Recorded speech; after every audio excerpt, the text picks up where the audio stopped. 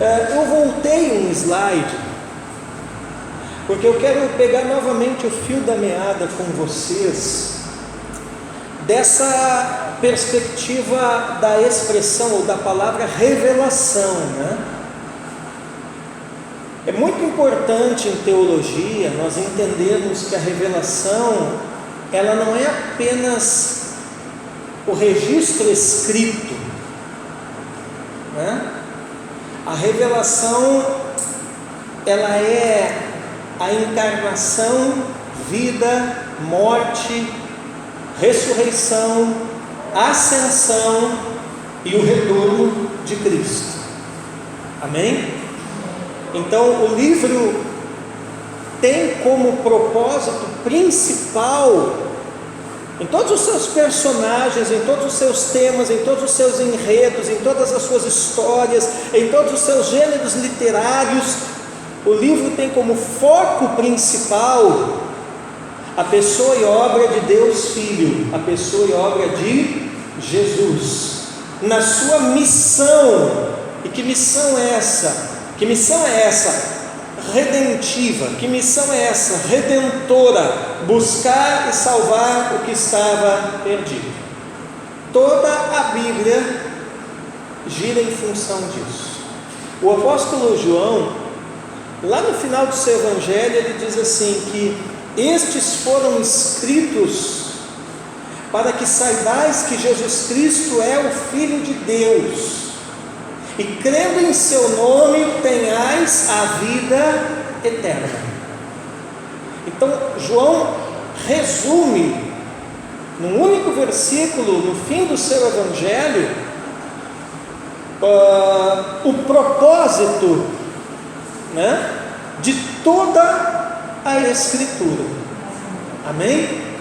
Então está lá resumido, né? Bom,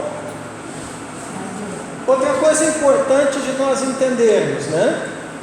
O conceito de história da redenção, tá? Então, nós não podemos descontextualizar a Escritura da história. Os erros acontecem, né, na igreja, justamente porque muita gente faz isso. Então, se eu for, né, descontextualizar a questão histórica, eu vou entrar em assuntos, por exemplo, onde eu vou começar a confundir costumes com doutrinas, né? Por exemplo, tudo bem, as igrejas que têm esse costume, né, das irmãs não cortarem os cabelos, cada um segue o que quer, afinal de contas todos são livres em Cristo, tanto para decidir se vai ter cabelo ou não vai ter cabelo, né?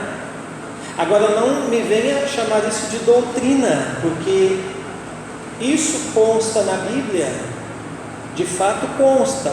Lá para a igreja de Corinto tem toda uma situação envolvendo o uso do véu, né?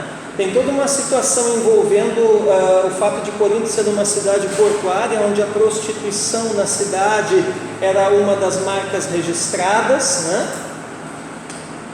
E tem todo um contexto das irmãs que vinham para a igreja, né?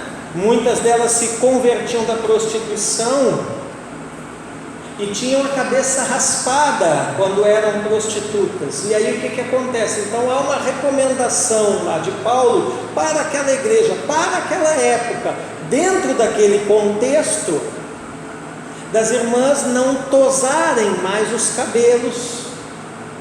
E aquelas que o cabelo era muito curtinho e não crescia o suficiente, então usarem um véu.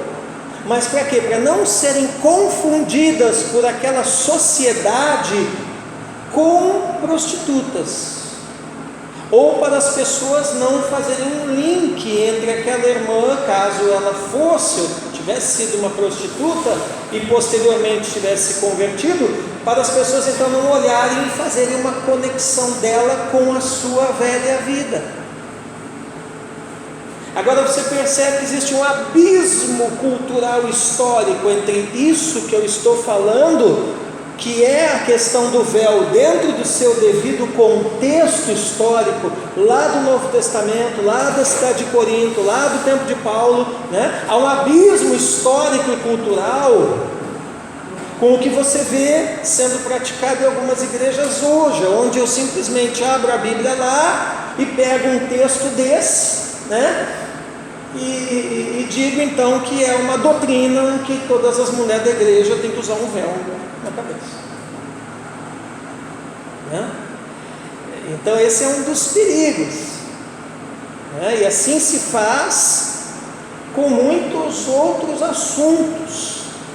Então eu recomendo que vocês assistam, né? Sempre vai lá no meu YouTube, lá Verdade em Destaque, e assiste o meu vídeo lá, a diferença entre doutrina, dogma e costume, né?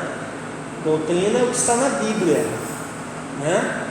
Salvação, fé, batismo, arrependimento, regeneração, fruto do Espírito, dons espirituais, vinda de Cristo, encarnação de Cristo, santificação, etc, etc, etc, né?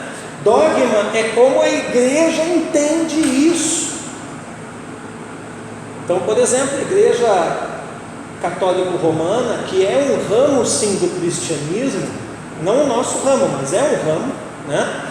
Ela entende, por exemplo, que o batismo ele colabora para a salvação. O batismo salva. Nós não entendemos dessa forma. Ou seja, o dogma católico-romano acerca do batismo, que é uma doutrina bíblica, é a maneira como aquele ramo da cristandade entende o batismo é uma, a maneira como nós protestantes entendemos é outra. E dentro do protestantismo mesmo surgem vários outros tipos de compreensão, né? Já o costume com relação ao batismo, né?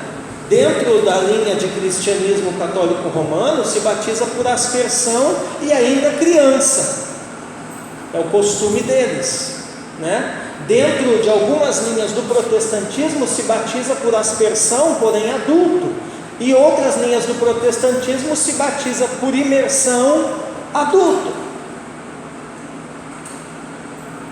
Então percebe que a doutrina é o que está na Bíblia, a doutrina bíblica do batismo. Qual é a função do batismo bíblico? Me identificar com Cristo, pronto, né? Agora o dogma, a maneira como aquele outro ramo do cristianismo interpreta isso, né? Isso não é doutrina, isso é um dogma. E a maneira como determinado ramo do cristianismo pratica isso não é nem uma doutrina nem um dogma, isso é um costume. Lá se tem o costume de fazer-se assim, né? Ah, é certo, é errado? Não sei, é o costume deles. Tá? Agora está na moda, estava falando até com a irmã Cristina ali, antes de vocês chegarem, né? Essa novela aí de Gênesis, né? Eu assisti com a pastora, acho que foi ontem, até um capítulo, né? E assim, eu recomendo que vocês vejam no YouTube o vídeo do Dr. Rodrigo Silva. Depois eu até vou botar o link, eu estou sem sinal aqui, mas eu vou pôr o link lá no grupo para vocês, né? Porque o Dr. Rodrigo Silva, aquele arqueólogo, ele foi consultado, né? E aí ele explica naquele vídeo, achei muito instrutivo, dá uma meia hora, 40 minutos de vídeo, né? E ele explica essa questão, né? De tipo assim, é a narrativa bíblica, né? Porém dentro de uma embalagem de romance, porque afinal de contas é uma novela. Sim. Ainda que seja bíblica, mas é uma novela. Então ninguém vai fazer uma novela ou vai lançar uma programação na televisão cujo propósito é entretenimento e não doutrinação, né? E vai pegar a Bíblia seca ali, como está ali. Não, vocês vão ver que tem muita coisa que está na Bíblia e tem outras coisas como diálogos, como coisas que eram costumes da época, até que foi pesquisado e foi inserido ali, mas que o texto bíblico, né, até personagens, né, que o texto bíblico não os menciona, né? Então tipo assim, você não vai assistir uma programação dessa para você se doutrinar, porque isso aí, quem te doutrina é a Escritura, né? Quem te doutrina é a Escritura, mediante a sua liderança, que tem que ser suficientemente apta para doutrinar, na unção do Espírito Santo. Agora você vai assistir ali, né, como um entretenimento, que é o objetivo daquela programação ali, um entretenimento bíblico, claro, melhor que ver né, porcaria por aí, né? Melhor que novela daquela outra emissora, né? Eu não posso ficar falando aqui que depois isso aqui vai para o ar, né? Entendeu? Né? Então, mas nós temos que ver isso, irmãos. De repente tem crente que deixa de ler a Bíblia e acha que vai assistir a novela lá, né? E de repente tem crente também que fala que a novela lá é do diabo, isso e aquilo, e que, né? Porque tem alguma coisa a mais que não consta na Escritura.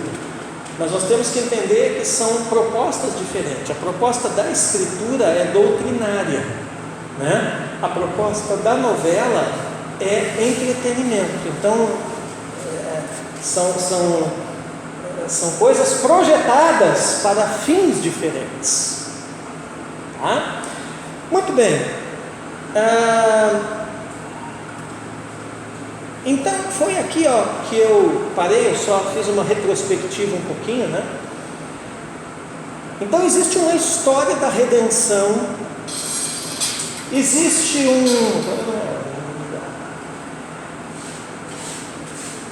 um fluxo, né, de revelação histórico, tá?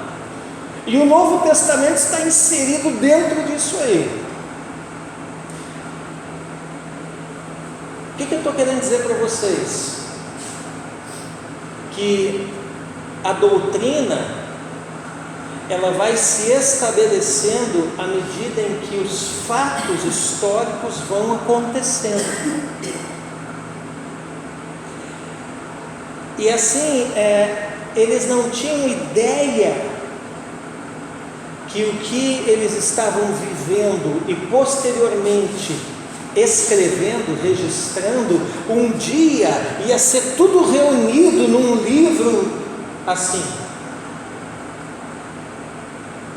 A formação, né, o processo de registro, o processo de reunião dos documentos, o processo de escolha de qual era inspirado e qual não era, né, que nós vamos estudar na matéria de introdução à Bíblia, para quem, nenhum de vocês ainda fez, com exceção da Cristina e da pastora, né, que é o processo de canonização, entende? Isso foi dirigido pelo Espírito Santo, mas os escritores, Paulo, Pedro, João, Mateus, esse pessoal aí, eles não tinham ideia que um dia isso ia estar tudo junto. Na verdade, talvez é altamente provável, né, que eles nem sabiam uns dos outros que estavam escrevendo, certo? Então, por que é importante falar isso? Porque hoje a gente pega aqui o produto final, né, e a gente acha de repente que o negócio já nasceu assim, já veio pronto, né, com borda dourada e tudo, e não tem nada a ver com isso. Aqui é coisa já, produto final, né, organizado ali por um mercado editorial e etc. Bom, então a essência da proclamação cristã, irmãos, é essa recitação dos atos históricos de Deus. Muito importante na teologia cristã são as confissões de fé. Vocês já viram eu falando isso em outras matérias, né? Os credos. O que é um credo? Um credo é quando a igreja formula né, num documento, ou aqui nas próprias Escrituras, ali eu coloquei um exemplo de um credo do Novo Testamento, ali que é 1 Coríntios 15, 3 e 4, né, uma declaração daquilo que se acredita. Credos nada mais são do que declarações do que a igreja acredita, certo? Com relação às Escrituras, a Deus e tal, naquele determinado momento. Por que eu disse naquele determinado momento? Porque à medida que a história avança, veja aí mais uma vez a história, né? O entendimento também da igreja vai se ampliando. E consequentemente, de tempos em tempos, os credos vão mudando e vão se aperfeiçoando. Então você veja que a doutrina, né? Ela é o que é, ela é estática, ela é a mesma na Escritura, né? Mas o dogma, o entendimento da doutrina, ele avança, ele muda, ele aperfeiçoa, ele aprofunda. Então poderíamos dizer que a doutrina é estática, é parada, mas o dogma é dinâmico. Tudo isso será importante no nível médio quando vocês estudarem teologia contemporânea. Aí nós vamos ver teólogos que se debruçaram no século XIX, XX, a estudar essa dinâmica da fé, tá? Que é a questão da evolução do dogma, do entendimento que a igreja teve no decorrer de séculos acerca de certas doutrinas. Estou indo devagar porque isso aqui é um caldo mais grosso, mas está dando para entender? Ok. Então aqui, um exemplo de credo do Novo Testamento, 1 Coríntios 15, versos 3 e 4, pessoal. Vamos ler juntos? Antes de tudo entreguei a vocês o que também recebi, que Cristo morreu pelos nossos pecados segundo as Escrituras, e que foi sepultado e ressuscitou ao terceiro dia segundo as Escrituras. O que é isso aqui? É uma confissão de fé, um credo. Paulo está dizendo para a igreja de Corinto o seguinte: o que eu entreguei para vocês não foi uma invenção da minha cabeça, foi o que eu também recebi, que Cristo morreu pelos nossos pecados. Aí ele vai explicar aqui: recebi de quem?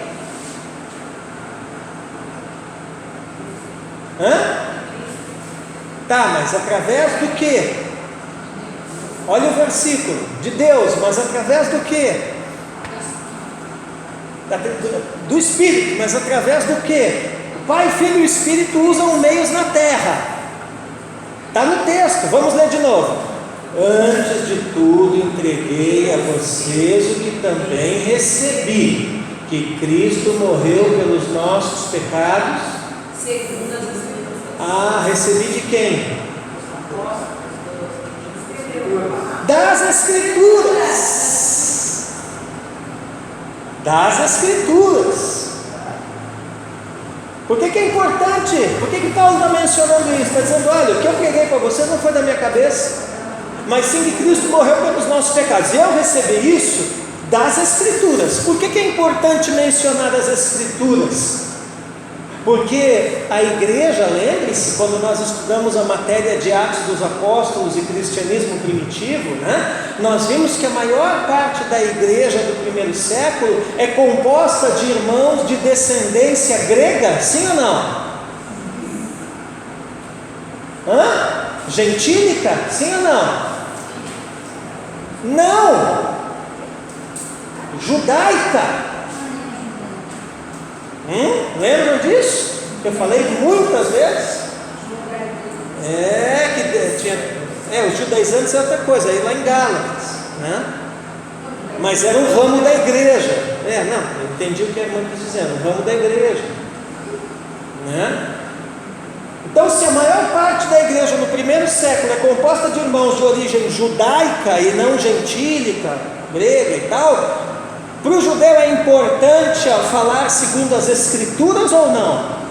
Claro, é essencial. O judeu não vai escutar ninguém que fale se não for segundo as Escrituras. E aí tem mais uma dica para a pergunta que eu vou fazer: que Escrituras é essa que Paulo está falando?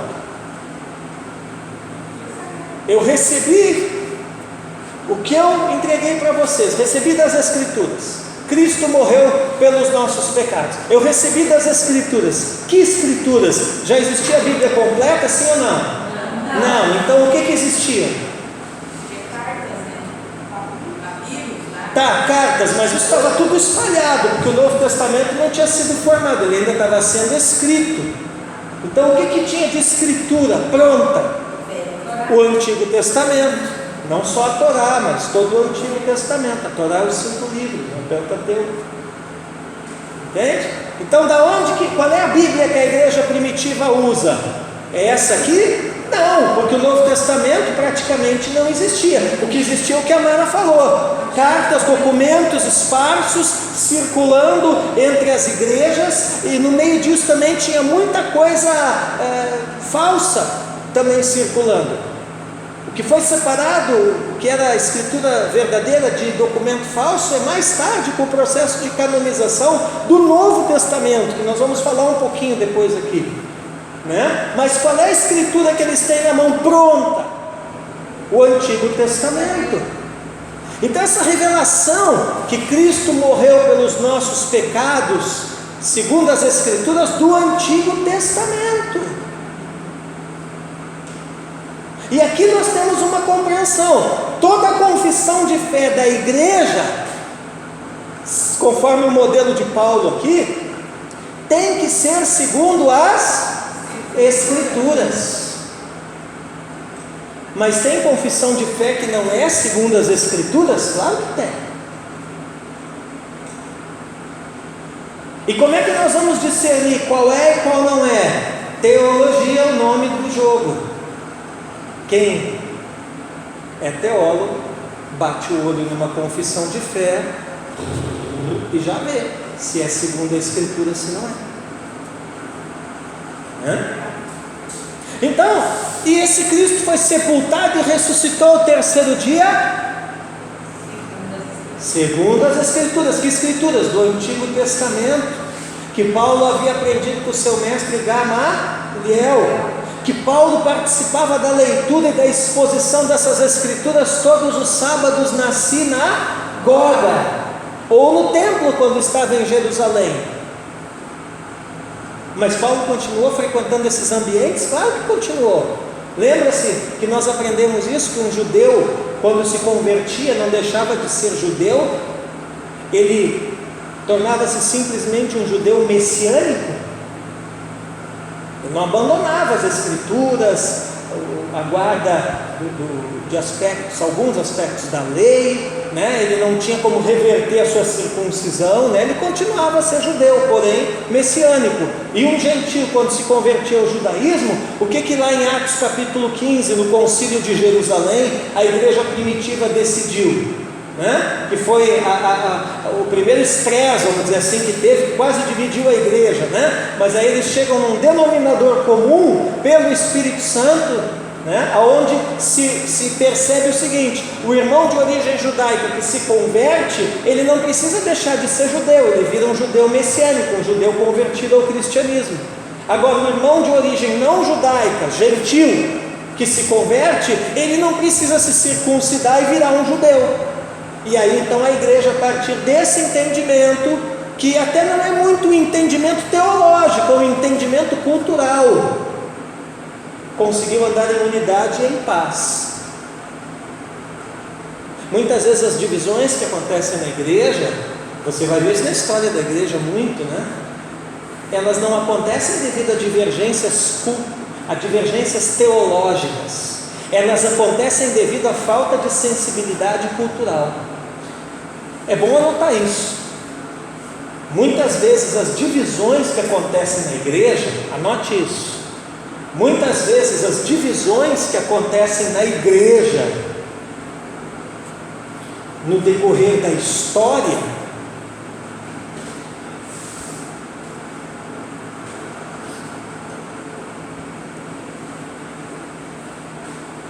não são, muitas vezes, as divisões que acontecem na igreja, no decorrer da história, não são de fundo teológico.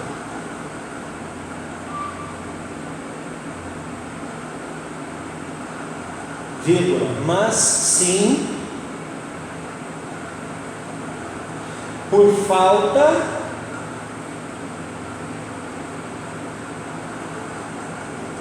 de sensibilidade cultural.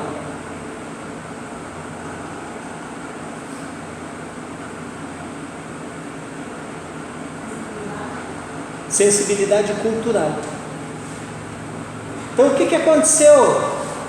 Lá em Atos 15, os apóstolos, claro que movidos pelo Espírito Santo, discerniram essa questão não só teológica, mas essa questão cultural. Disseram, peraí, é uma bobagem nós termos uma divisão aqui, querendo forçar o irmãozinho lá que é grego a se circuncidar e frequentar a sinagoga. O cara nunca vai fazer isso.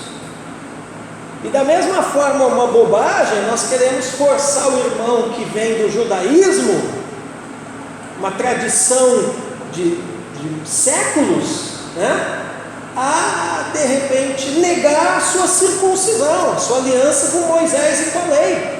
Então o que nós vamos fazer? Nós vamos harmonizar os dois mundos, né? E nós vamos caminhar em paz e entender que a igreja é judeus e gentios em Cristo Jesus. Pronto. O que é isso? Sensibilidade cultural. E aí você vê que a igreja, como é importante a igreja entender a cultura da sua geração. Então, até naquele vídeo do Dr. Rodrigo ele vai falar disso, né? Hoje nós vivemos uma geração que esses recursos tecnológicos para nós, né? Quando eu me converti há quase 30 anos atrás, era impensável uma novela bíblica, né? Ou tipo assim, youtubers teológicos, né? Pregadores, né? Tipo assim, o que se tinha era o rádio, né? Quem fazia sucesso no rádio era o cara, né? Agora, a nossa geração tem dificuldade de lidar com algumas dessas tecnologias, mas o seu filho de 15 anos, ele não vai ler um livro de teologia ou um comentário para entender alguma coisa da Bíblia. Talvez ele até tenha dificuldade até para ler a Bíblia, né? Dependendo da tradução, né? Agora o que ele vai fazer? Ele vai assistir um vídeo lá no YouTube, onde ele vai aprender o mesmo assunto, mas dentro de algo que fala a sua cultura, a geração, a cultura que ele foi criado. E seria uma ignorância da igreja nós querer forçar um guri desse a ler um livrão desse tamanho assim. Isso nunca vai acontecer. Entendeu? Então, sensibilidade cultural, isso falta muito para a igreja. Por quê? Porque muitas vezes a igreja se fechou no seu mundinho, né? E esqueceu a sociedade lá fora. E aí você pergunta para um crente qual é a opinião dele, né, sobre a vacina do Covid. De repente ele não sabe nem o que é Covid, né? Se pergunta para ele qual é a opinião dele, se a igreja deve se envolver mais, né, com os conservadores ou com os liberais, ele não sabe nada disso. Por quê? Porque a igreja se fechou num mundinho onde ela abandonou a sociedade, onde ela abriu mão da vida acadêmica, e é por isso que o mal dominou essa área, né? Aonde nós formos cedendo espaço, irmãos, o mal vai dominar. E agora qual é o desafio da igreja nessa geração? Olha o que aconteceu nos Estados Unidos. O que aconteceu lá é sintoma da igreja americana que retrocedeu, que não está em unidade. E aí o mal avançou e dominou. Bom, então nós temos aqui essa proclamação dos principais eventos relacionados à obra de Cristo. Você vê que nesse versículo aqui, ó, esses dois versículos, 1 Coríntios 15, 3 e 4, Paulo fala dos principais eventos relacionados à obra de Cristo. Ele fala que Cristo morreu, ou seja, sua morte, foi sepultado e ressuscitou. Amém? Amém? Morte, sepultamento e ressurreição. Não são esses os principais eventos relacionados a Cristo? Sim ou não? Sim. Paulo resume isso numa confissão de fé, num credo de 2 versículos. Bem entendido até aqui? Sim. Vamos lá. Bom, o Novo Testamento prova o amor de Deus para conosco, não a partir de uma reflexão filosófica da natureza de Deus, mas recitando isso. Então não se esqueça, a Bíblia tem filosofia? Tem, mas ela não é um livro de filosofia. A Bíblia tem biologia, tem história, tem tudo isso, mas ela não é um livro dessas coisas.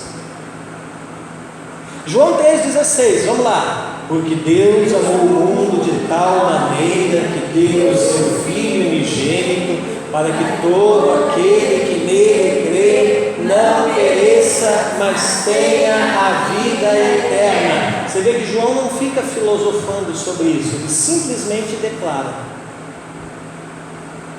Deus amou tanto que deu a si. Qual é o melhor de Deus? Ele mesmo. E Deus, quando dá de si mesmo pela nossa salvação, como é que Ele se chama? Quando Deus dá de si mesmo pela nossa salvação, como é que Ele se chama? Quem morreu por você? Jesus. Quando Deus dá de si mesmo pela sua salvação e a minha, Ele está na pessoa do Filho, Ele é Jesus.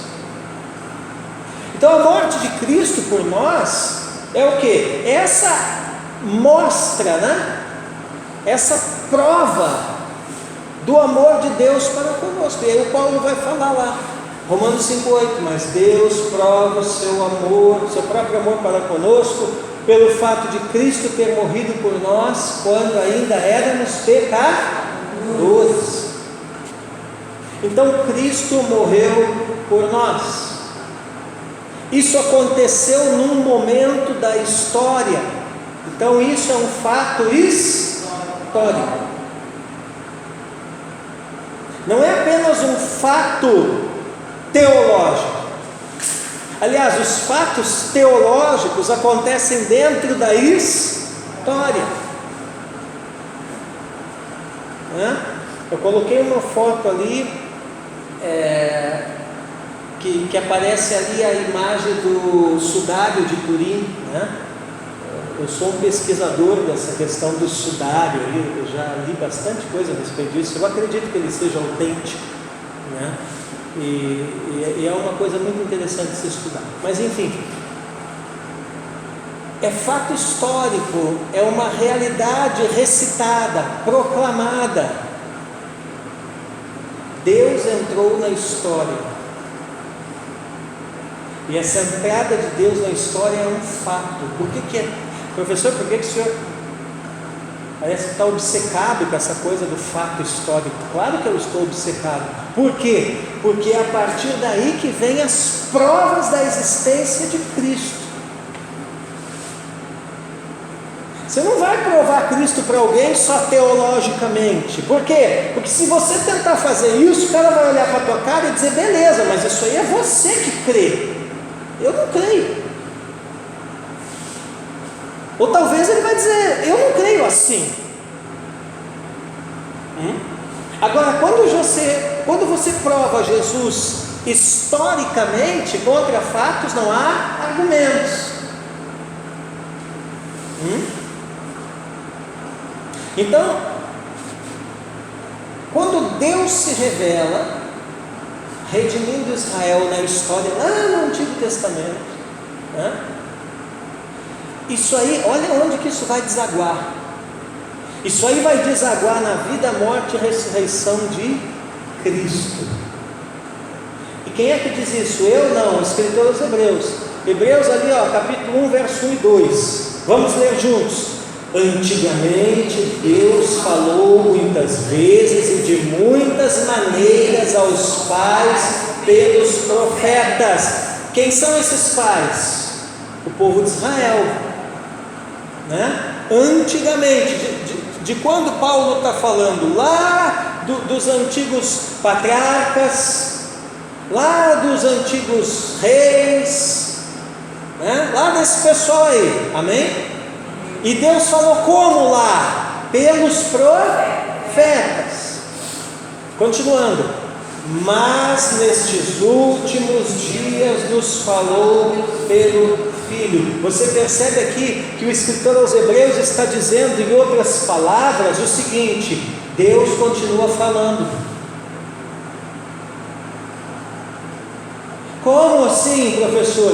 Do mesmo jeito que ele sempre falou, só que pelo Filho.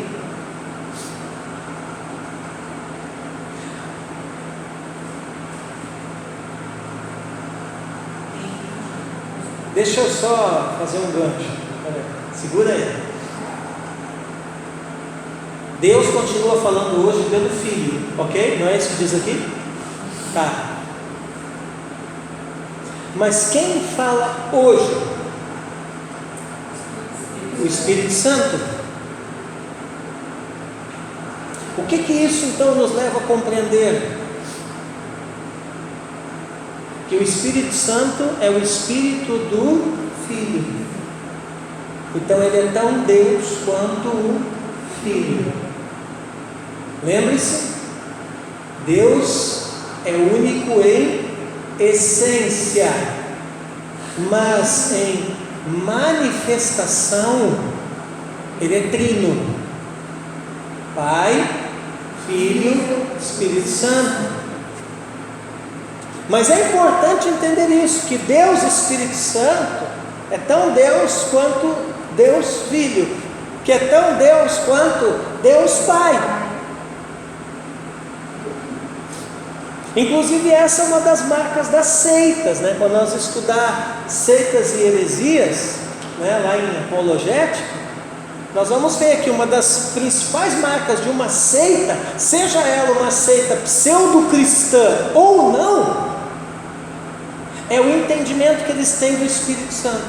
Quando vier com essa conversa assim, que o Espírito Santo é a força ativa de Deus, que o Espírito Santo é um ser impessoal, que o Espírito Santo é um sentimento, né? É um calor que vai falar assim, não confunda. Você pode ter um monte de experiências com o Espírito Santo e ele gerar um calor, um frio, um arrepio, isso e aquilo, mas não quer dizer que essas coisas é o Espírito Santo. O Espírito Santo é Deus, ele é uma pessoa e ele está presente, e independente da reação que ele causar no teu corpo, ou até mesmo se reação nenhuma acontecer, ele continua estando presente, continua falando e continua agindo. Entende? As seitas sempre vão desvirtuar. Já estou dando uma dica para vocês.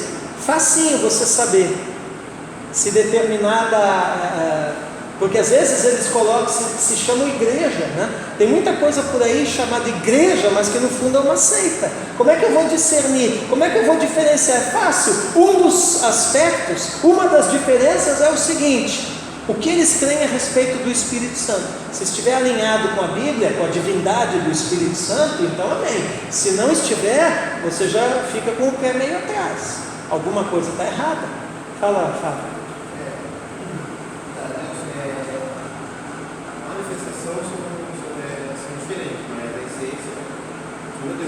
Sim.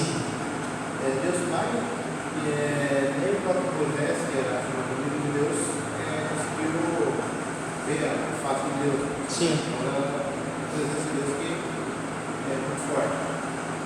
Deus Filho, ele se manifestou em carne e depois se apresentou aos apóstolos, à igreja.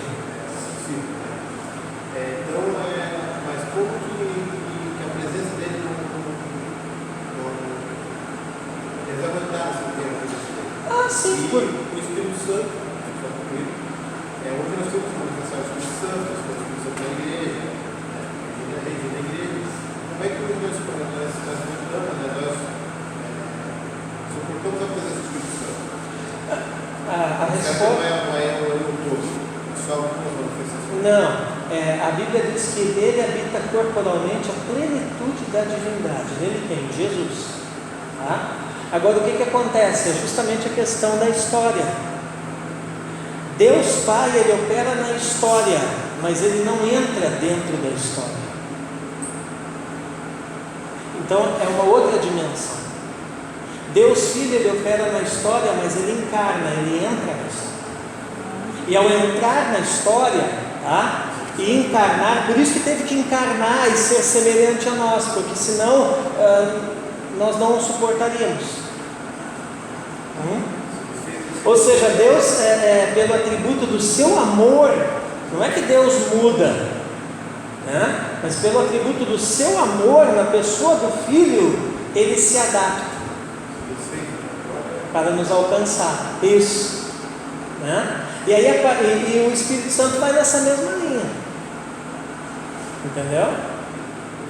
O Espírito Santo, na verdade, é mais radical ainda, porque ele se adapta a tal ponto, né? Se adapta, que eu digo, não que ele muda conforme nós, é nós que vamos mudar conforme ele, mas eu digo, se adapta no sentido de se fazer alcançável, no sentido de ser acessível, né? Então ele se torna acessível a tal ponto que quando nós arrependemos dos pecados e confessamos Jesus, ele vem morar dentro de nós.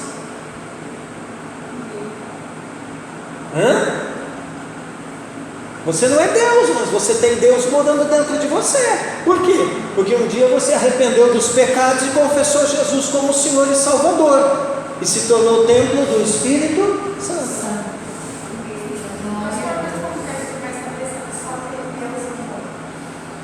Pelos frutos os conhecereis, diz Jesus, o fruto do Espírito, né? A pessoa que tem Deus, ela vai manifestando o amor, a paz, a longanimidade, a benignidade, a verdade, né? A primeira coisa que você vê na vida de uma pessoa, você é crente, se ela é uma pessoa verdadeira. E outra coisa também, ela vai abandonando, e outra coisa também, né? Ela vai se distanciando, né? Das coisas que são agradáveis aos padrões deste mundo. Entendeu? Claro que isso é um processo gradativo, é isso que a pastora está querendo dizer, né? Ninguém aceita Jesus como Senhor e Salvador e vira um super santo do dia para a noite. Se alguém falar isso, é mentira. É um processo gradativo, né? Mas não, claro, aí é aquilo que eu falei, não sei se foi numa aula ou até num culto aqui, né? O nosso desafio é com a nossa vida, né? Nosso desafio é com a nossa vida. Claro que os líderes da igreja, eles têm essa responsabilidade de ensinar e avaliar o andamento de cada pessoa, mas aí tem a ver com o cuidado do rebanho, aí é outra história, né? Agora, eu, por mim mesmo, eu tenho que cuidar da minha vida, né? E desenvolver, como diz a Bíblia, com temor e tremor a minha salvação. Veja que salvação não é um processo pronto. Aceitei Jesus, pronto, virei um super santo, estou pronto, não. A Bíblia mostra, Osmair, isso, que a salvação é um processo que vai, no dia que eu aceito Jesus como Senhor e Salvador, arrependo dos pecados, ali começa esse processo. E esse processo se desenvolve e vai durante toda a minha vida. Na verdade, a cada dia que eu ando com Cristo e avanço nesse processo de desenvolver com temor e tremor a minha salvação, eu vou me tornando a cada dia mais salvo ainda do que o que eu era no passado. E esse processo tem um outro nome, que depois nós vamos ver aqui, que é uma das doutrinas do Novo Testamento, né? A santificação. Então vocês percebem que o negócio é diário, é dia a dia. Não tem nada a ver com... Claro, não sou contra fazer consagração. Achando que vai se santificar só quando você decidir fazer uma consagração e, sei lá, passar um dia inteiro na igreja, fazer a campanha disso, daquilo, vai demorar muito esse negócio, você está mal, né? A consagração é no dia a dia, todo dia estou me santificando, né? Quando eu posso fazer o errado e escolho fazer o certo. Por quê? Porque eu sei que vai agradar a Deus. Isso tem a ver com a santificação. Isso é o processo acontecendo dentro de você. O nosso problema, irmãos, é que a gente muitas vezes se deixa empacotar pela embalagem religiosa. A religiosidade não é ruim, ela é boa, mas como tudo, ela tem que ter equilíbrio. Uma religiosidade desajustada, desequilibrada, o que ela vai fazer? Ela vai empacotar a pessoa, de maneira que aí eu tenho essas ideias, que eu fico associando a minha vida espiritual com programação de igreja. Então eu acho assim, que eu só posso me santificar se tiver a campanha da santificação na minha igreja, se não tiver eu não posso, sabe? E aí começa a haver aquela divisão na cabeça das pessoas: a minha vida espiritual e a minha vida secular, não é assim? E aí que o pecado entra, porque aí o cara pensa que na vida espiritual ele vai santificar, mas lá na vida secular, lá na empresa, lá não sei aonde, né? Aí eu não estou na igreja aqui, né? Então, aí lá ele fala bobagem, lá ele passa os outros para trás, né? Ou talvez até não faça nada, mas está na roda dos escarnecedores, entendeu? Então, Oi? Exatamente, não existe isso, né? Mas isso foi colocado na cabeça de muita gente, porque pela própria igreja, quando ela não ensina as pessoas a viverem uma religiosidade sadia, entendeu? E a igreja muitas vezes fica até viciada nessas coisas. Eu me lembro quando eu fui tirar as campanhas de 7 quarta-feira, né, da igreja. Eu fiz todas essas coisas aí, tá? E um dia eu entendi o seguinte: minha igreja não pode andar em base de campanha. E eu tirei, né? Teve duas reações. Teve gente que deu graças a Deus, porque achava uma chatice e ia só para me agradar, porque senão o pastor pegava no pé. Eu pego mesmo. Quer dizer, qual é o proveito espiritual que alguém está tendo nisso? 0, 0, 0, 0, né? Eu ia perguntar, eles vinham para te agradar. Não para buscar a Deus, né? E teve gente que achou ruim, né? Porque tipo assim, como é que eu vou me libertar agora que não tem as 7, não sei o que lá, meu Deus do céu? Mas você não precisa disso para se libertar, para se santificar. Mas não que Deus não ordenasse, né? Porque aquele que ia fazer com o coração aberto, Deus não. Irmãos, sempre Deus vai abençoar alguém, porque a palavra está sendo proclamada. O problema é nós tornarmos as pessoas dependentes destas coisas, entendeu? E eu vou falar um negócio agora que pode até chocar vocês, mas eu vou falar. De repente o cara veio lá do mundo, deixou o cigarro, que era um vício, mas ficou viciado na campanha. E aí? Trocou um vício pelo outro. Ele nem sabe o que ele está fazendo lá, mas ele está lá. Ou para agradar, ou para, né? E aí Deus não vira, Deus não é aquele ser que eu tenho satisfação, que eu tenho alegria, que eu convivo com Ele, que eu cresço nele, que eu me edifico nele. Não, aí Deus vira um grande carregador de bateria. Eu estou com a bateria descarregada, eu chego lá no culto, no evento, sei lá, dê o nome que for, né? E é que nem né? Eu ligo os fios lá e fico cheio do poder, né? E pronto, mas aquilo ali dura 2, 3 dias, um dia e descarrega. Deus não é o seu carregador de bateria, Deus é uma pessoa. E Deus não quer falar e viver com você só na hora do culto, ou dentro da igreja, ou na hora desta ou daquela programação. Deus quer falar e viver com você todo o tempo. Claro que para isso é necessário uma maturidade. E essa maturidade tem que começar com você que está aqui assistindo essa aula, viu? Você não vai chegar lá na igreja e sair falando essas coisas para os irmãos. Por quê? Porque assim como tem irmão que é maduro para ouvir uma coisa dessa, vai parar para pensar e dizer, é verdade. Tem irmão que vai olhar para a tua cara e dizer assim, nossa, virou herege. Por quê? Porque ele não gosta de ti? Não. Por quê? Porque ele está com demônio? Não. Porque o entendimento dele ainda é imaturo. Um dos grandes desafios para quem estuda teologia e quem é teólogo, já de formação como eu, quem forma outros como eu, é orientar a esse equilíbrio. Entende? Então eu não devo fazer isso, nem posso fazer isso, chegar nos ambientes onde as pessoas, eu percebo que têm uma maturidade menor que a minha, e eu chegar com certos tipos de assuntos ou ideias que eles ainda não têm, entende? Isso aí não vai edificar, só vai trazer confusão. Aí você vai dizer assim, mas então como é que eu faço, professor? Você vive na presença deles.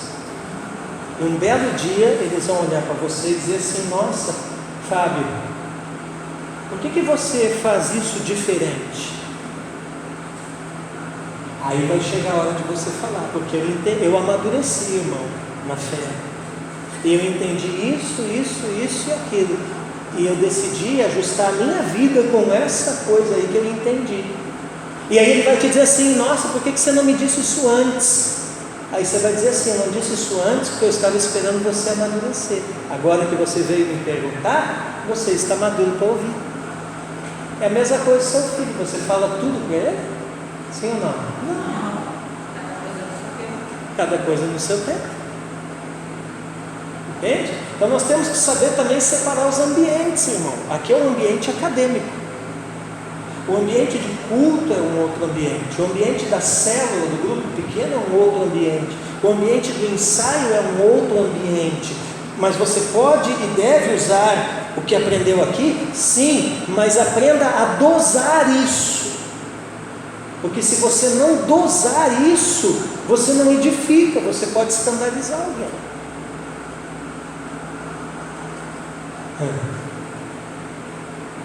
Outro lugar por aí que eu já fui e vi um monte de coisa errada, mas eu fiquei quieto. Por quê? Porque eu sei que eles vão amadurecer e o Espírito vai encaminhá-los no caminho da verdade, naquele assunto ali. Maturidade, anota isso para você nunca mais esquecer. Vamos lá. Maturidade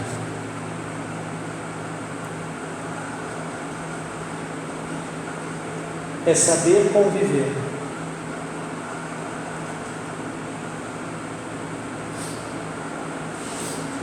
com os diferentes.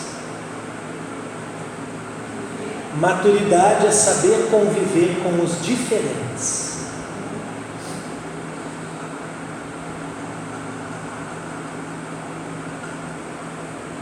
Na verdade é como se fosse um casamento. Quando a gente casa, o homem é completamente diferente da mulher, né? Nada a ver. Não só quando casa, até hoje. Né? Até hoje. 27 anos. Né? Eu já tinha minha vida, ele já tinha dele, daí para se ajustar de novo, eu já tinha também, entendeu? E a gente ajusta até hoje, né? Eu, pastor, vou fazer 27 anos desse que vem mesmo. E ajusta a cada dia. Cuidado, ela vem com Entendeu? Abrir mão aqui. Isso aí, o que o Fábio falou é muito importante. Vem com a convivência. Entendeu? Vai aprender a não conhecer o outro, né? Tem coisa que não gosta. Exatamente. Bom, vamos só terminar aqui para nós. Eu gostei desse assunto da campanha. Pensa numa mulher quadrangular que não pode ter conquista. Você gosta? Não. Vamos lá. Você não Vamos lá. gosta. Vamos lá. Eu não gosto de qualquer coisa. Não, mas eu já gostei muito. É que a gente não tem Eu mais. gosto, Oi? por isso que eu Exemplo de maturidade da Bíblia Eu foi acho que Mas eu levo Sim. Jesus. Mas eu tanto convenceu, Sim. Olha o que o Fábio está falando aqui, um exemplo de maturidade na Bíblia é Moisés, porque conviveu com aquele pessoal tão complicado. verdade, eu já tinha matado uma Outro exemplo de maturidade na Bíblia é Jesus. Ou os apóstolos eram uns caras muito bem resolvidos na vida. Claro que não. Era um bando de gente atrapalhado. Pedro devia ser insuportável. Devia ser insuportável. Amém. Essa novelinha Jesus já dá vontade de estrangular. Imagina na vida real. Vamos lá, vamos lá. Então, voltando aqui para analisar Hebreus 1 e 2, gente. Amém? Olha, aqui, pelo amor de Deus, tá, gente? Não vai sair por aí dizendo que eu sou contra a campanha.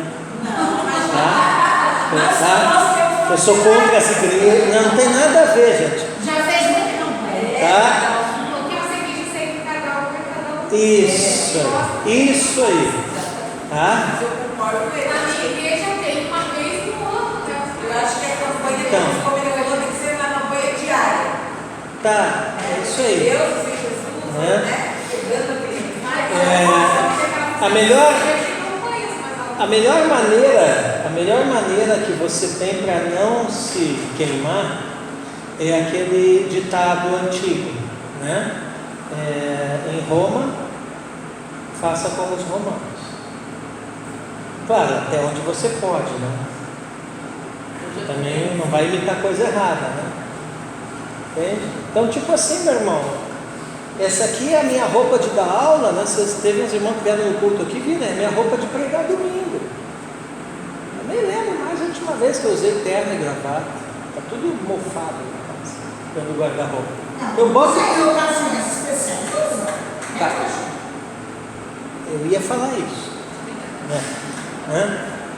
Viu? A convivência dá nisso. Um adivinha o que o outro vai falar e às vezes se antecipa. Né? Isso aí é amor, tá? Então, assim,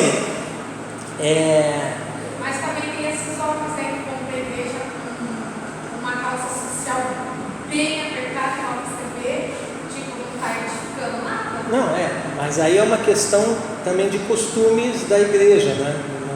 Não convém, né? Agora, o que eu estou querendo dizer é o seguinte: faz muito tempo que eu não uso terno e gravata. Agora, quando eu sou convidado para pregar numa igreja, né, por incrível que pareça, tem gente que me convida, né? Quando eu sou convidado para pregar numa igreja onde os irmãos têm esse padrão, você não pensa que eu vou ir de camiseta, eu vou de terno e gravata.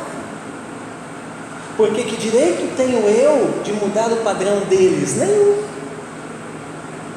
Entendeu? Eu me lembro de uma igreja que eu fui pregar, que toda hora que eles iam orar, eles dobravam o joelho,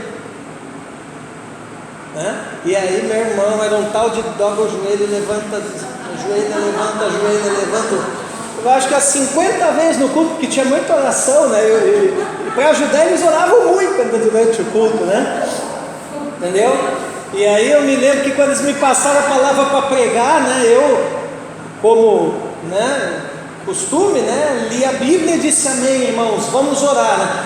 E era um negócio bonito, sabe, porque parecia assim que era ensaiado, parecia aquelas coisas de estádio de futebol, sabe, todo mundo dobrava ao mesmo tempo. E quando eu peguei e falei isso, vamos orar, e eu fiquei meio assim, dobrei o joelho rapidinho, eu tinha esquecido que tinha que dobrar o joelho, entendeu? Claro que eu sei que Deus ouve oração de joelho, sem joelho, deitado, em pé, entendeu? Mas ali era o costume deles, eu fui ali para edificá-los. Que direito tenho eu de escandalizá-los? Nenhum. Entende? Então não posso ser um mané, chegar e dizer, não irmão, eu vou pregar aqui, mas antes de pregar eu quero falar desse negócio aí. Meu irmão, você vai arrumar uma guerra. E você vai acabar fazendo até o papel do maligno, porque não vai edificar ninguém isso. Entendeu? Olhei para aquela história que você contou em Porto Alegre, você era solteiro ainda, você foi pregar numa igreja, não, você foi pregar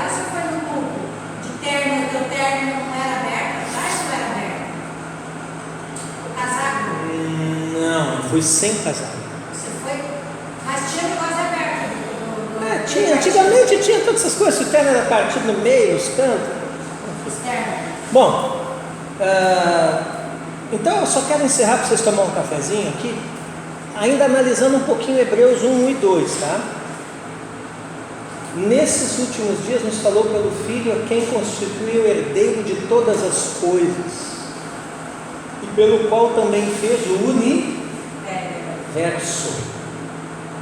Meu irmão, qual é o tamanho do universo?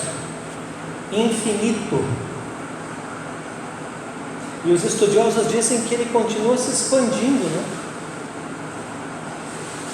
E aqui está dizendo o quê? Que o Filho fez o universo.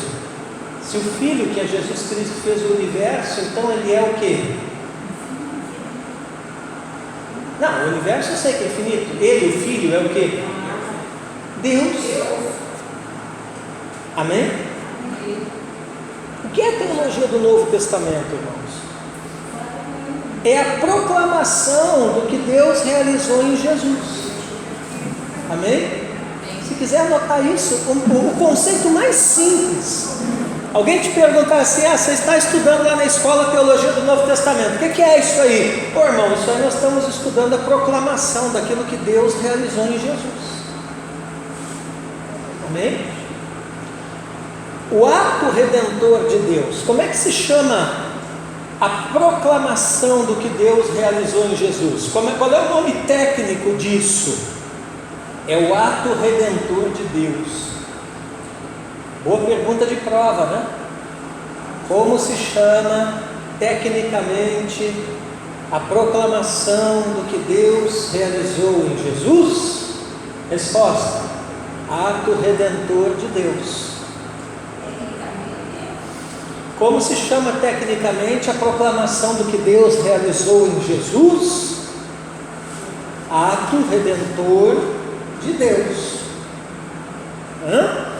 Bom, então esse ato redentor de Deus em Jesus é a conclusão de todos os atos redentores em Israel. Como que Deus fez? Deus primeiro chamou um homem. Como é que chamava esse homem? Abraão.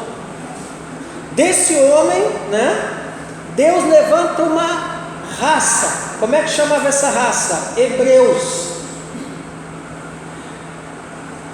A essa raça Deus dá uma nacionalidade. Qual é o nome desse povo? Israel.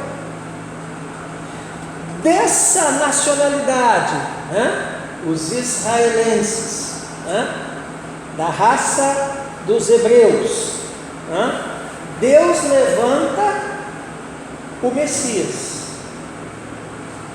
para através do Messias alcançar todas as demais raças e nacionalidades.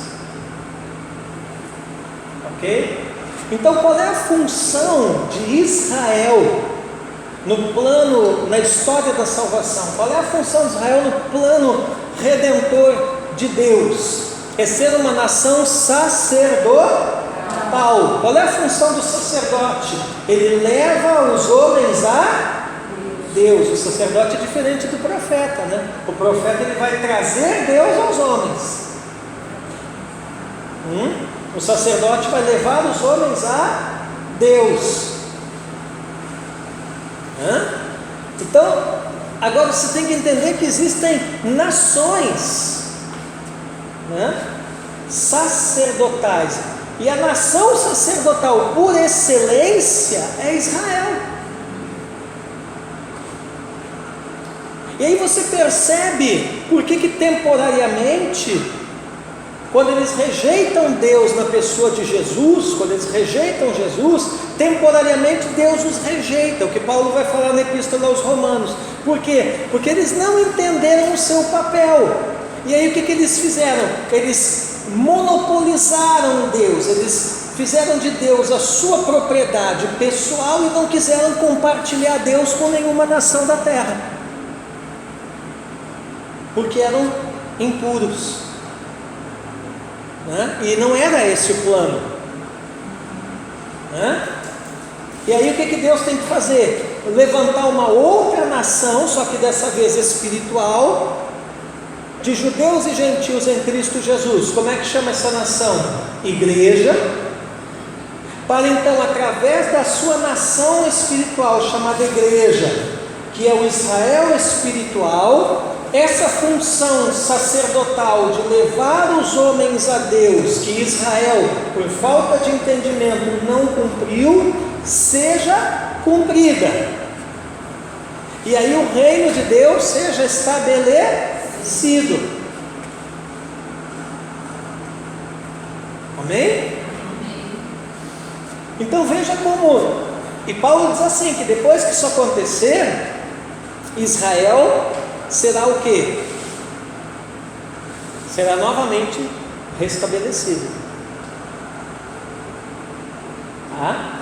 Então, olha a importância de Israel. Por isso que bons teólogos precisam estudar Israel, principalmente a sua história.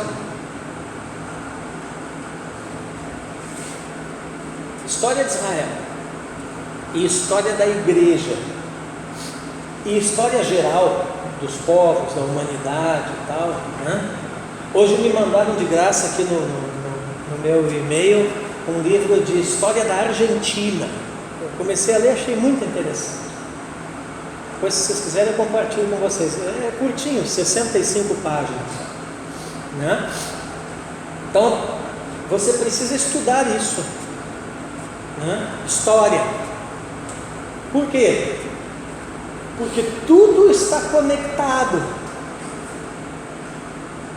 E se você não tem uma boa percepção histórica, irmãs joias, você não vai ter uma boa percepção teológica. Amém? Bom, o Novo Testamento destaca repetidas vezes que Deus estava realizando e o que Ele havia prometido no passado. Marcos resume a mensagem de Jesus com a expressão: o tempo está cumprido. Olha ali Marcos 1,15, ó. Vamos juntos. Ele dizia: o tempo está cumprido e o reino de Deus está próximo. Arrependam-se, creiam no Evangelho. Já Lucas usa a expressão: hoje se cumpriu esta escritura aos vossos ouvidos. Olha ali, ó. Lucas 4,21. Então Jesus começou a dizer: hoje se cumpriu a escritura que vocês acabam de ouvir. Finalmente, Mateus cita as profecias do Antigo Testamento, conectando aquilo que Deus estava fazendo através de Jesus com o prometido pelos antigos profetas. Então, o que os evangelhos vão fazer? Marcos, né, que é o primeiro que foi escrito, embora não apareça por primeiro em nossas Bíblias, e que foi a base dos outros, né? Foi a base de Mateus e de Lucas. E depois, mais tarde, o Evangelho tardio, que é João, que é o último, né? Eles vão registrar as palavras e obras de Jesus. Marcos, destinado a qual público? Lembram da matéria de Evangelhos e Atos? Marcos, destinado ao qual público? Público-alvo do Evangelho de Marcos, Romanos. Por quê? Porque Romanos são práticos. Aos romanos não interessam genealogias, né? Jesus é retratado como em Marcos? Como servo, aquele que realiza um serviço, né? Depois vem Mateus. Mateus escrito para quem? Público-alvo de Mateus, lembram? Já estudaram isso, hein? Ó, isso tem que estar aqui, ó. Judeus, né? Qual é a ênfase de Mateus? Provar para os judeus que Jesus é o Messias profetizado no Antigo Testamento. Então ele vai trazer genealogia, tal, toda aquela coisa, né? Lucas, público-alvo de Lucas, gentios, mais especificamente os gregos. Os gentios, influenciados pela filosofia grega, né, tinham aquele ideal. Qual era o ideal? O que os gentios buscavam? né? O que os gregos especialmente buscavam, né? O homem ideal, lembra? O homem perfeito. Então ali no Evangelho de Lucas, Lucas retrata, né? Inclusive ele escreve para um grego que é o Teófilo, né? Jesus como filho do homem. Olha, tudo aquilo que os sábios de vocês falaram de um homem ideal se cumpre nesse aqui, é Jesus. E finalmente João, escrito para quem? Público-alvo de João.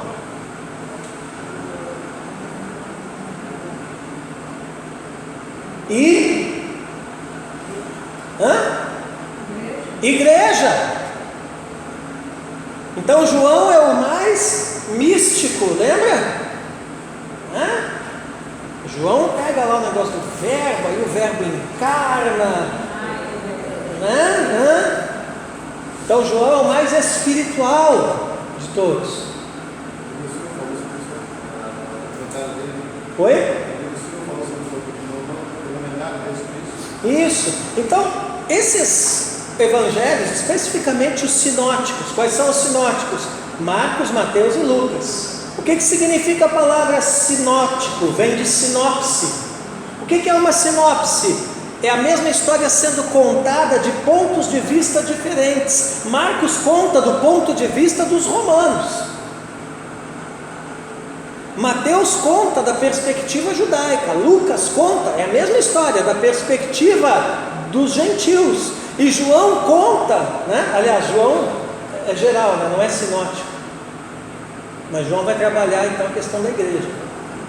Veja bem, então os evangelhos registram as obras e palavras de Jesus.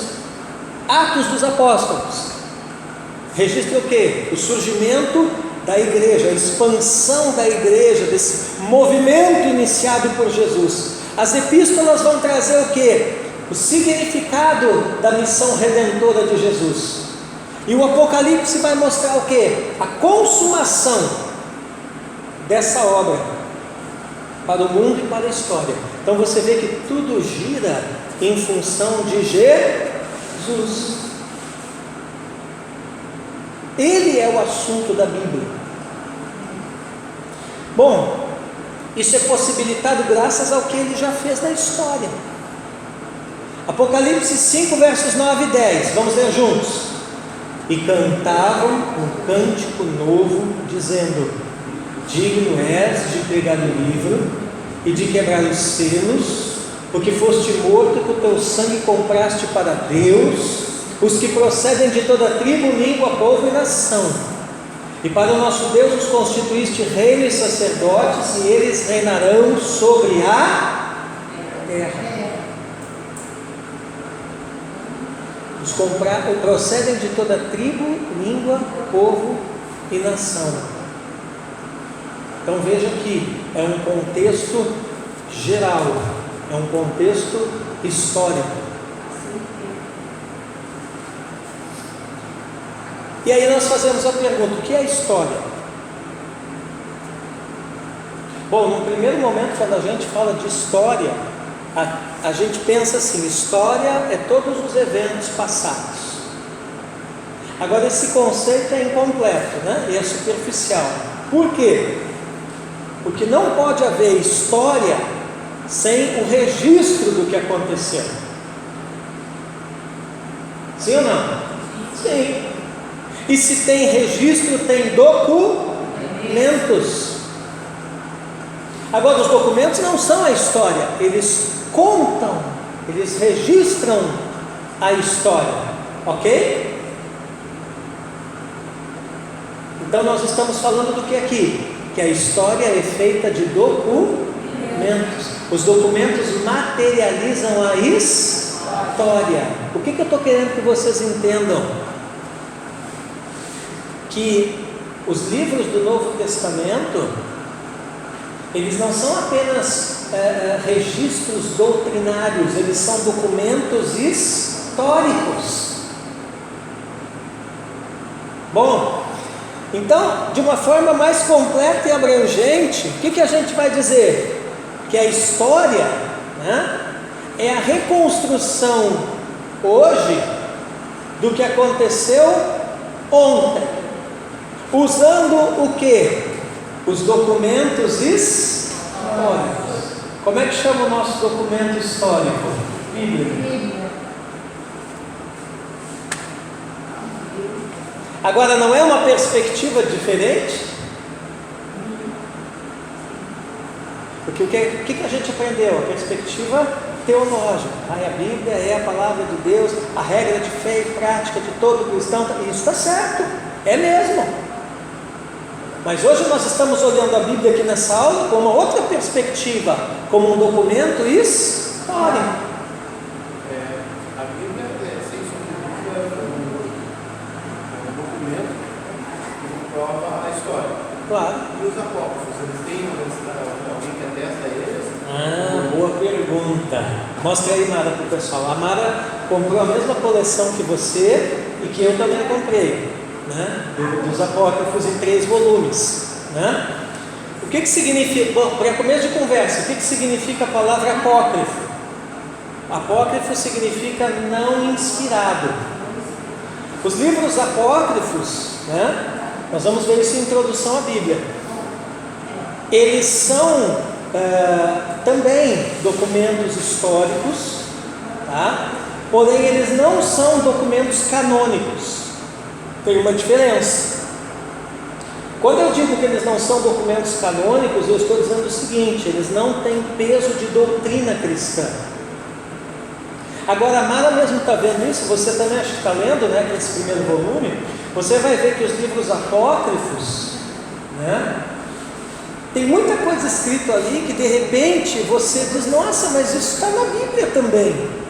Claro, porque muitos deles serviram como fonte de pesquisa para os escritores dos canônicos, os escritores da Bíblia.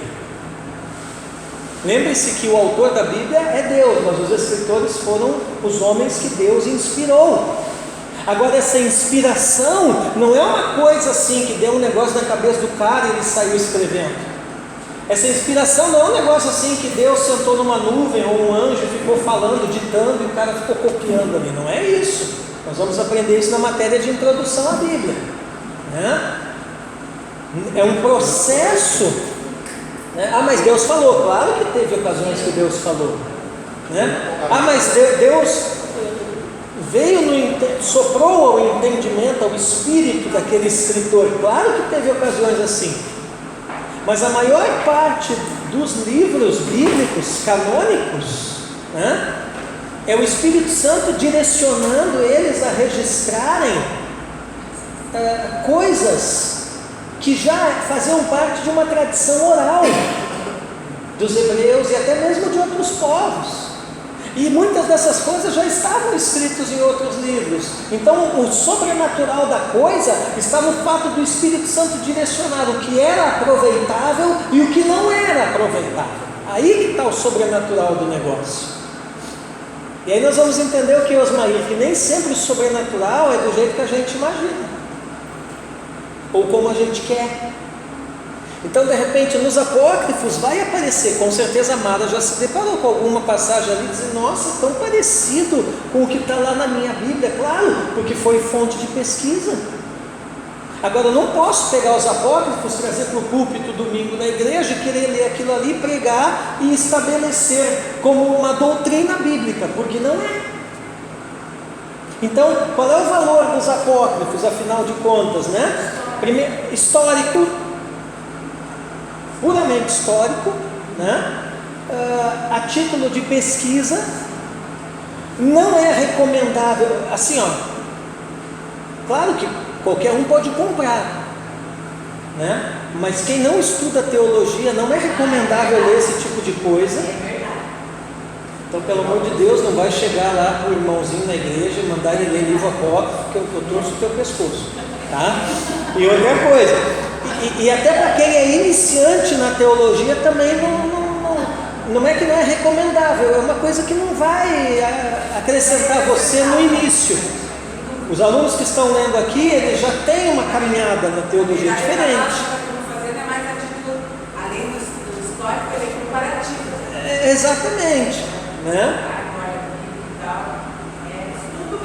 Exatamente. Tá? Tem coisas na teologia que tem um momento que vai chegar esse momento, né? Então, no primeiro momento, para alunos iniciantes, eu não recomendo muito. Tá? Entendendo que tem uma diferença entre apócrifo e pseudoepígrafo. Tá? Apócrifo significa não inspirado. São livros que têm esses registros, mas não foram inspirados pelo Espírito Santo. Tá? Pseudoepígrafo é o quê? É o cara que escreve um livro e não coloca o nome dele como autor, coloca Esdras ou Moisés.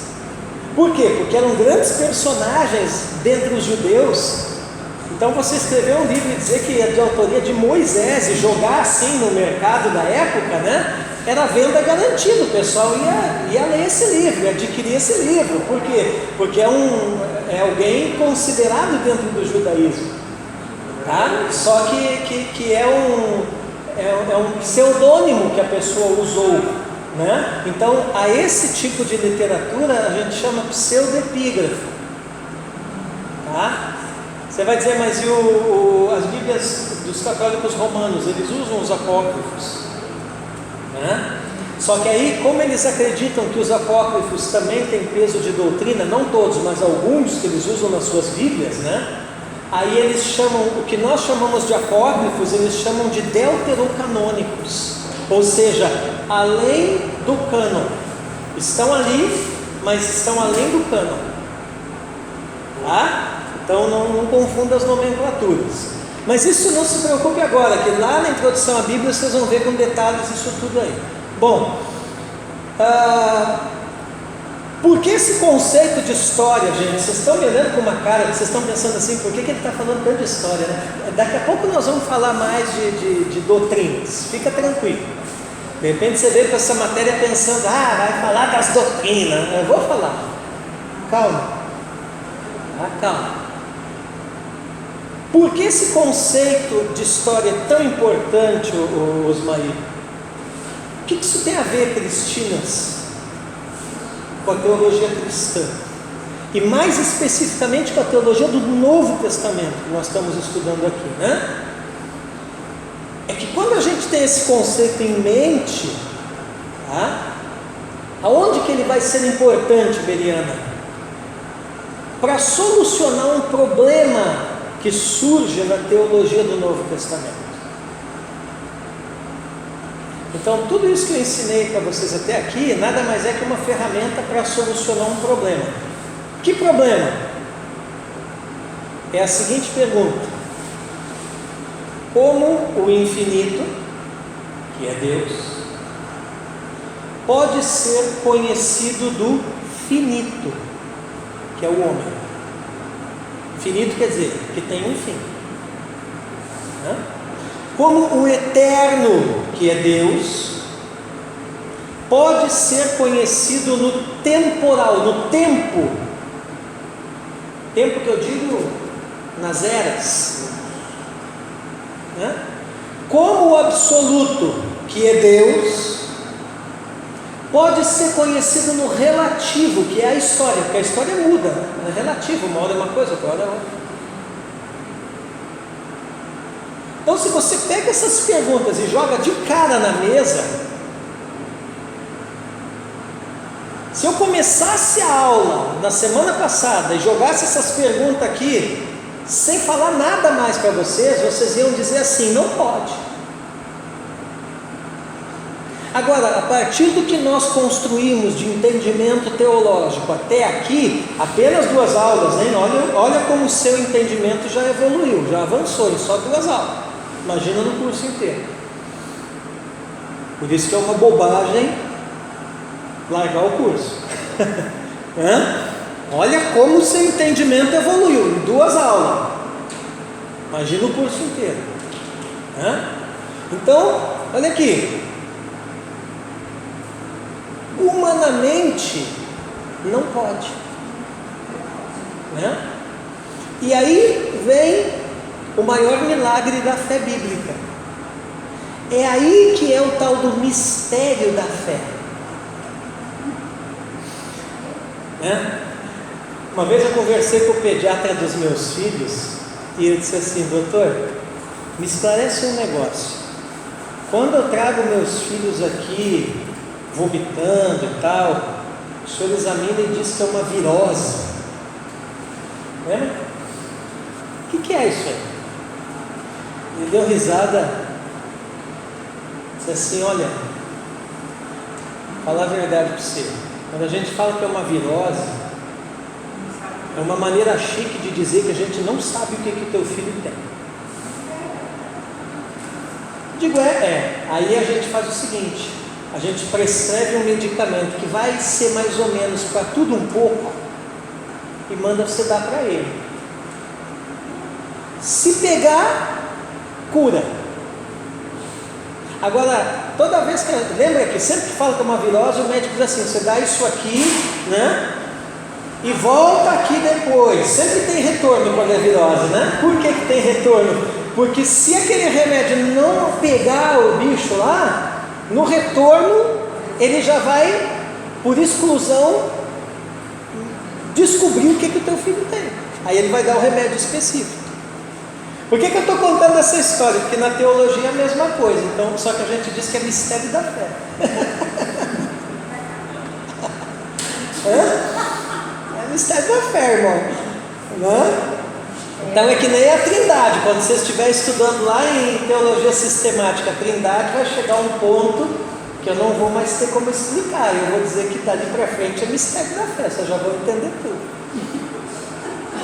Né? Mas aqui nós temos um mistério da fé que pode ser respondido, né? Como o eterno entra no tempo do passageiro, né? Deus é vivo, eterno, imutável. Como que um ser eterno, perfeito, imutável, e tudo isso aí que passou na sua cabeça, todos esses atributos maravilhosos de Deus, como que ele se dá a conhecer, né? A pós-cinza que somos nós, né? Entrando na história. Você tem que entender que Deus entrou na história apenas para se dar a conhecer e resgatar você. Nada mais. E Deus não ganhou. Pelo contrário, para Deus foi prejuízo até entrar na história. E aí está o seu grande amor.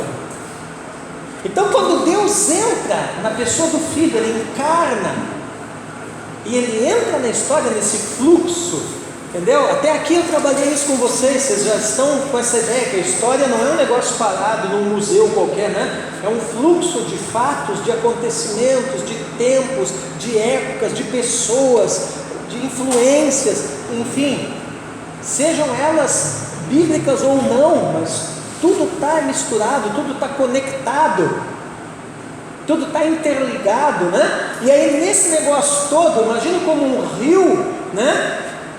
E aí Deus vem e mergulha nisso. Deus vem e entra nisso. De que maneira? Na pessoa do Filho. Como é que a gente chama isso? História da redenção. Amém? História da redenção. Esse Deus que se revela na história da redenção, você está entendendo agora do que eu estou falando, é o Senhor da criação e da história. Você percebe que Deus entra naquilo que Ele mesmo criou?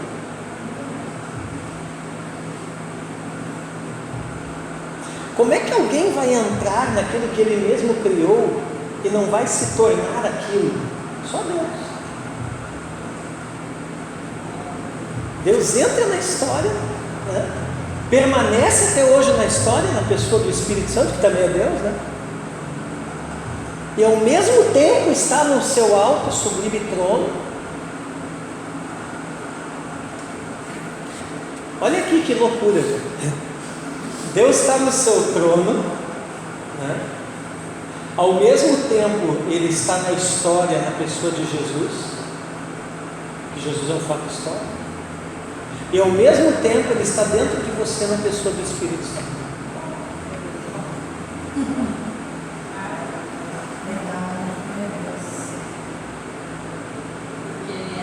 Como é que pode? Não pode para nós, mas para ele pode, porque ele é Deus. Isso chama o que, gente? Ei, isso chama uma coisa que vocês vão estudar em teologia sistemática. Por isso que vale a pena, irmão Jó, continuar e nunca parar. Como é que chama isso em teologia sistemática? Quando nós estudarmos a doutrina de Deus, a teologia propriamente dita, vamos estudar os atributos de Deus. E os atributos de Deus se dividem em duas categorias: comunicáveis e incomunicáveis. Comunicáveis são aqueles atributos que Deus tem, mas nós também podemos ter numa medida menor. Por exemplo, Deus é santo, nós podemos nos santificar também, ser de santos porque o Senhor é santo. Isso é um atributo comunicável. Atributos incomunicáveis de Deus, né? A onipresença, a capacidade de estar ao mesmo tempo em todos os lugares. Isso nós não podemos, e mesmo que Ele quisesse, Ele não poderia comunicar isso para nós. Isso é um atributo incomunicável. Fala, Osmaí. Pastor, dentro desse contexto aí, gostaria de fazer uma análise aqui. Sim. Então, quando Moisés falou bem assim, o eu sou me enviou. Quer dizer, quando eu falo, eu mexi ao Osmaí, eu estou atribuindo o eu antes, que é Deus em mim.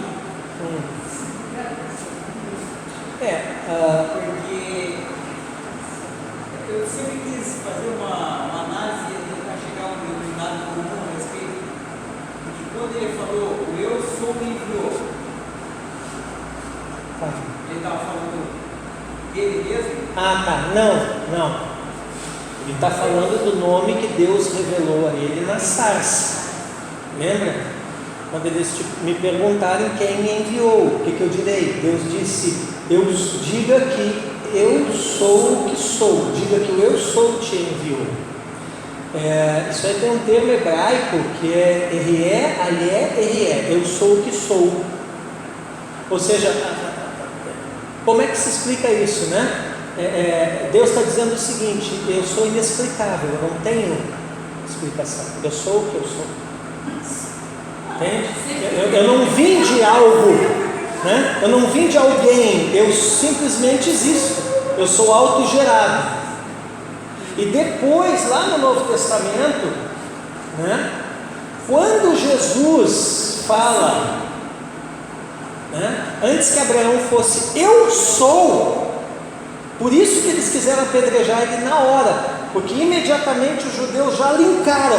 Pô, esse cara está dizendo que é Deus. Esse doido, está dizendo que é Deus. Taca a pedra nele, heresia. Então esse eu sou tem a ver, tá, com o nome que Deus usou para se revelar a Moisés e aos filhos de Israel no Egito. Está ligado com isso aí? Não é o eu no sentido de ego, da minha pessoa ou da tua pessoa. Seria o eu no sentido da pessoa de Deus. Porque quando eu me expresso, quando me pergunto quem você é, eu estou falando do eu que traz o Deus que existe em mim, mexeu com os maridos. Porque ele veio e habitou em mim. Aí nós fizemos uma vez aí eu fiquei assim, peraí, aí eu atribuo sim. Eu. Não. Isso aí é uma interpretação que não é essa. Não porque assim, porque se você entra por esse caminho, além de ser uma ideia meio confusa, tá? Pode dar a impressão para as pessoas que você está dizendo que tem a divindade em você, e não tem.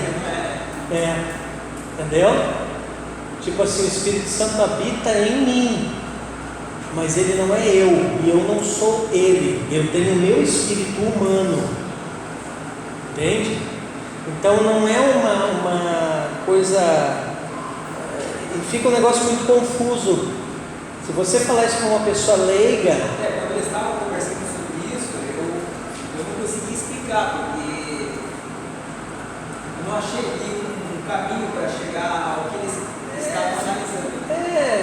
E é meio confuso. Não, e outra coisa, e aí vai forçar um pouco a interpretação, porque a passagem lá do eu sou não quer dizer isso.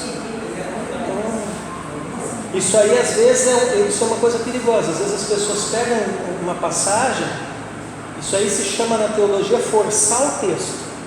Você tem uma ideia, tipo assim, você quer defender uma coisa, e aí você pega um texto e força o texto, e isso é perigoso. Sim. Professor, vendo o que ele está falando, vamos ver se serve essa explicação. Entendendo o contexto histórico que Moisés iria falar para o faraó. O Egito, ele adorava vários deuses. A partir do momento que Deus falou assim, eu sou o que sou, ele está falando que ele era o próprio Deus. Correto? Tá, sim. Se ele ficasse assim, porque a maioria dos mensageiros, o Moisés foi um mensageiro de Deus nessa situação. A maioria dos mensageiros fala assim, vamos dizer assim, um Deus falando de tal que veio de tal lugar, mandou trazer essa mensagem. Aí para Deus se identificar como o único e poderoso. Sim. Isso aí que você está falando tem sentido. Quando os egípcios ouviram isso, para eles soou com o sentido de unicidade. Tanto é que eles se ofenderam, que o faraó se ofende. Ele disse que quem esse Deus pensa que é? Né? Diante dos nossos deuses aí. Então soou dessa forma também. Tá? Vamos terminar, deixa eu só terminar esse pedacinho aqui. Então esse Deus que se revela na história da redenção é o Senhor da criação e da história. Deus é capaz não só de moldar o curso dos eventos históricos comuns, gente, mas de agir diretamente por processos que vão além da experiência histórica normal. Às vezes Deus age além da história. Tá? Vamos dar um exemplo aqui para terminar a aula. A ressurreição de Jesus, presta atenção nisso. Do ponto de vista da ciência histórica, a ressurreição é um evento que não tem comparação com nenhum outro evento histórico e, portanto, não pode ser histórico.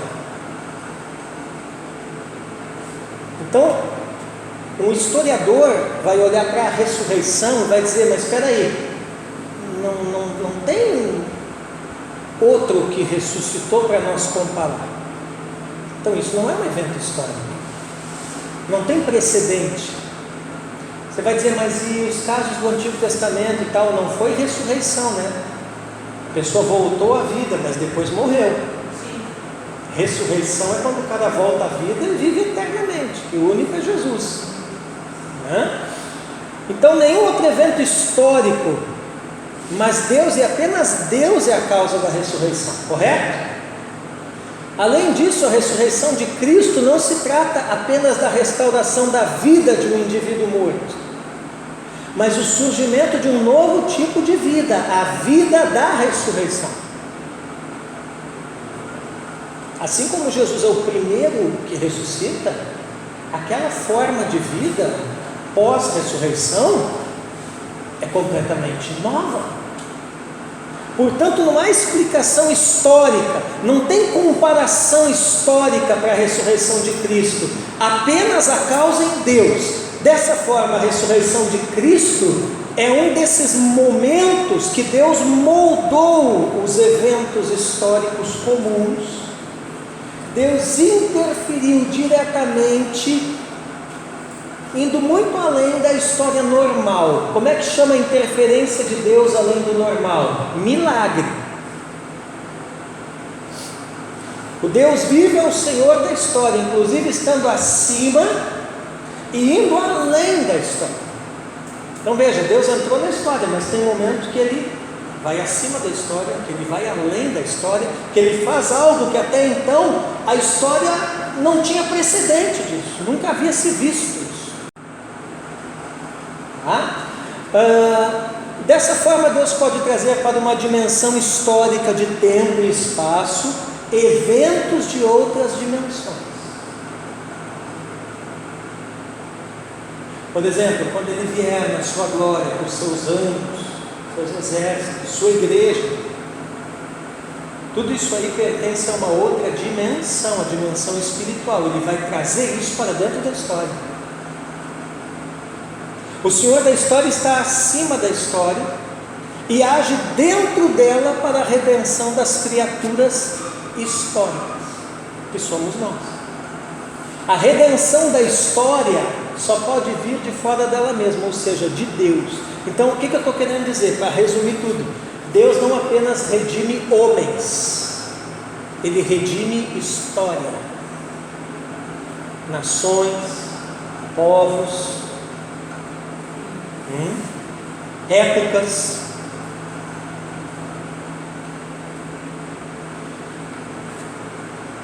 Caramba, meio louco isso aí, né? Isso significa que, embora o método histórico seja importante, os atos de Deus vão além disso. Por que eu estou falando isso para vocês? Para a coisa não ficar também só em história. Amém? Então, na próxima aula, nós vamos continuar a trabalhar esses conceitos. Tá?